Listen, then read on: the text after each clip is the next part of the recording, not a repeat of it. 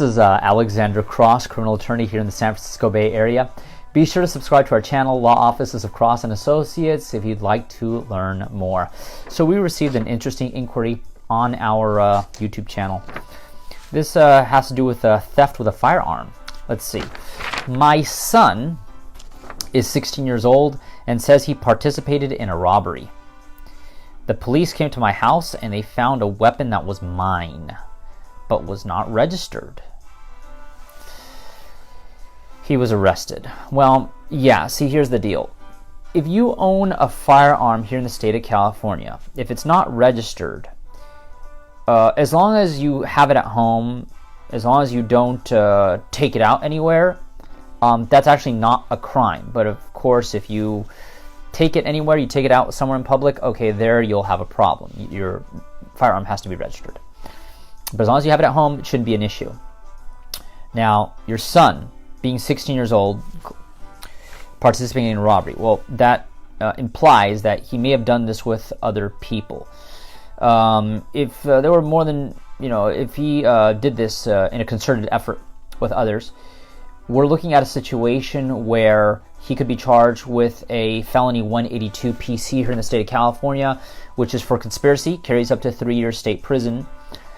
And of course, because he's a juvenile, he wouldn't actually go to state prison. He would have to, the case would be handled at the juvenile facility. And of course, the robbery itself would be a violation of Penal Code Section 212.5, felony. Generally speaking, for an adult, that would carry up to 6 years in state prison. But as I said before, fortunately, this is a juvenile case. It will be adjudicated at the in the juvenile court level. Now, one of the things that really stinks about juvenile court is that there is no bail system. But on top of there not being any bail, there's no trial by jury. It's trial by judge. And the judges tend to have far much higher conviction rates. And so as a consequence, usually when you go to trial in juvenile court, it doesn't go so well. So in a situation like this, you really have to look at the evidence. You really have to see who identified your son, because generally speaking, if we're talking about eyewitness testimony, if there was no recording of it in this situation, you would have to have a victim or witness say, oh yeah, that's the guy, after they show the victim or witness basically a photo lineup. They usually show people, about 6 photos of similarly looking people. And if you pick, if they pick the right one, well, then there you go. Now, of course, if you have multiple witnesses, multiple victims, they're all interviewed separately, and they all point to the same person.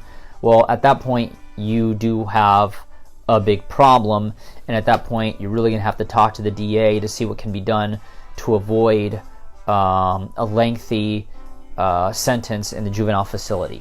But you have to understand that, generally speaking, if you're an adult, this would be a strike offense.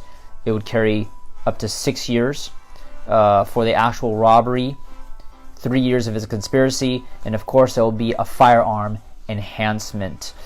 So keep in mind, this is very, very serious. This is not a joke.